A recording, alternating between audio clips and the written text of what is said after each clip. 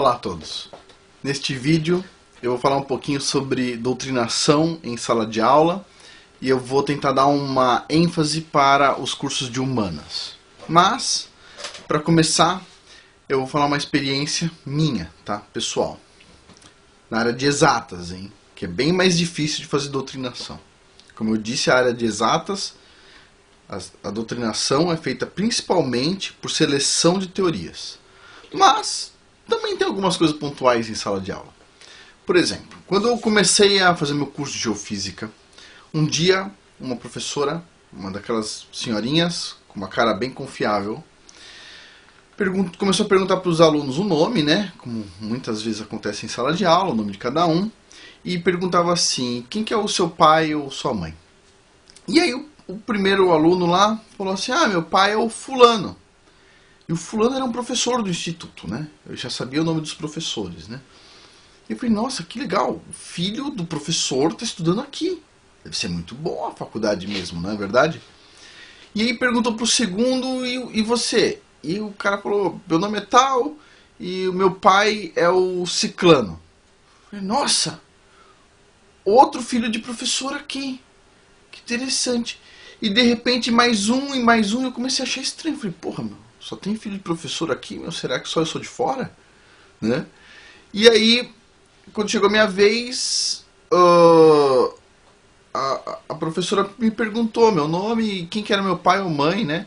E eu falei assim: bom, meu pai já morreu, mas a minha mãe, né? É uma pessoa ótima, eu gosto muito da minha mãe. E ela falou: não, quem que é aqui dentro do instituto, quem que é o seu pai ou mãe? É a pessoa que te orienta, quem é seu orientador? E eu falei: ah, orientador? A orientadora é o fulano. Ela falou: ah, a gente chama de pai e mãe a pessoa que ensina, entendeu? E eu falei: ah, entendi, então, entendi, tá bom. E isso era uma rotina, a pessoa perguntava: quem que é o seu pai? Meu pai é o fulano. Percebe?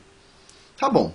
E até aí isso nunca me incomodou muito. Até um dia, quando eu já era professor do instituto, um aluno meu foi me apresentar para um colega e falou assim: olha, esse aqui, ó, esse aqui é o meu pai. Mas eu também tenho uma mãe, porque eu fiz iniciação científica antes com a fulana. Então, ela é minha mãe, esse aqui é meu pai. Eu olhei para ele assim e falei: meu, desculpa, cara. Você não é meu filho não, meu. Desculpa, você é meu orientando, mas sai fora, eu não tenho filho desse tamanho não, cara. E cá entre nós, se você fosse o meu filho, aquela mulher não seria a sua mãe, cara. Credo.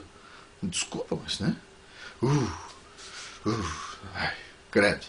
Então, vamos pensar assim, isso já é uma coisa bem esquisita dentro de um lugar que se diz assim, sem religião, bem lógico, com lógica, só usa lógica. Tudo bem. Agora, vamos entrar um pouquinho. Isso é uma coisa esquisita, né? É como se a gente estivesse mudando o eixo da família. Sua família também é aqui, ó, dentro. Mas vamos usar o caso de humanas. Dentro de um instituto de exatas, de uma faculdade de exatas, é muito difícil você esconder um professor burro, né? Porque ele vai ter que dar pouca aula, né? Como é que você pode pôr um professor burro para ensinar a fazer pontes numa faculdade de engenharia? Não vai dar certo. Como é que você pode colocar um cara burro para ensinar a fazer máquinas, circuitos eletrônicos? Como? Difícil, hein? Talvez você consiga uma aula que não precisa de muita matemática, você consegue encaixar de vez em quando um cara burro. Agora, em um instituto de humanas, é muito mais fácil você esconder pessoas burras lá dentro, concorda? Um professor que não é brilhante, mas ele pode vender imagem de brilhante. Tem bons vendedores por aí. Você olha o cara e você fala: meu, esse cara é um gênio. Na hora que o cara coloca a ponta do lápis no papel, você olha e fica assim: ó, uau, esse cara fez faculdade, ele sabe fazer conta? Uau. Então assim, e aí de repente tem essas pessoas infiltradas lá dentro, são professores mais, vamos dizer assim, menos preparados, vamos colocar assim, para ser educado, e de repente esse pessoal menos preparado lê Karl Marx. O cara vai lá e vende a ideia para os alunos. Esse cara é um gênio. Esse Karl Marx. E os alunos olham para o professor e falam assim, esse professor é inteligente, então Karl Marx é um gênio. Agora, por que o aluno acredita que o professor é inteligente? Porque existem professores dentro da universidade que são inteligentes. Que são inteligentes. E esses professores emprestam, de certa forma, a imagem real deles para professores fake, que não são tão inteligentes assim. Afinal de contas, uma pessoa que é um cara tão burro que nem Karl Marx e acha que o cara é inteligente, no mínimo, é um cara burro, né? Vai. Usando a lógica. Agora, esses professores que não são inteligentes, são bem despreparados e entram na universidade porque existe uma forma de fazer isso, ou seja, a prova teórica só vale 20% da nota para entrar para ser professor do universitário. O resto é a aula prática, que você vai dar uma aula, e a conversa entre o pessoal que está lá dentro. Que vai ser, ele vai falar se o seu currículo é bom ou não. Ou seja, os 5 pesquisadores que vão falar se o seu currículo é adequado ou não para a faculdade. Então, assim, entrou um cara mais tapado lá dentro. O cara vai ensinar o quê? Que o Che Guevara era um revolucionário. E aí a pergunta é, o Che Guevara é um revolucionário? Quem não gosta de um revolucionário? Uma pessoa que muda para melhor as coisas. Mas ele não era um revolucionário. Ele tinha uma lista de adjetivos, incluindo, por exemplo, assassino. Por que não apresenta o cara como assassino? Ah, mas ele não era um assassino. Ah, peraí, ele matou pessoas? Matou um monte. Ok, então ele era assassino. Apresenta como assassino. Ei, pessoal, vamos comprar camisetas de um assassino. Será que venderia? Não. Ele não matou homossexuais? Chama ele de homofóbico. Vamos comprar camiseta de homofóbico. Um homofóbico assassino. Uau! Será que alguém compraria? Não, né?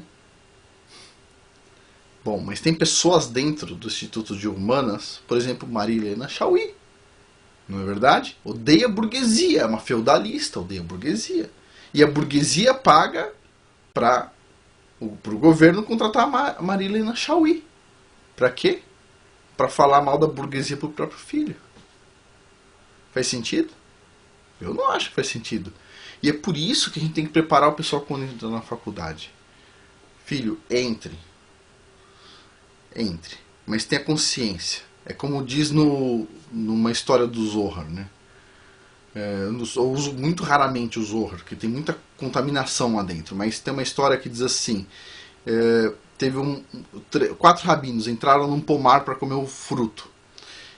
Um saiu louco, um morreu, outro saiu profano e só um saiu normal. Então, filho, entre na universidade e saia normal. Não saia profano, não saia profano, não saia maluco, louco e saia vivo lá de dentro. Normal. Esse é o desafio. É difícil? Pra caramba. Muito difícil. Você tem muita preparação, muita paciência para conseguir seguir um caminho bacana. Mas dá pra fazer, tá? Dá pra fazer. E esse vídeo não é para ir contra o sistema negativo.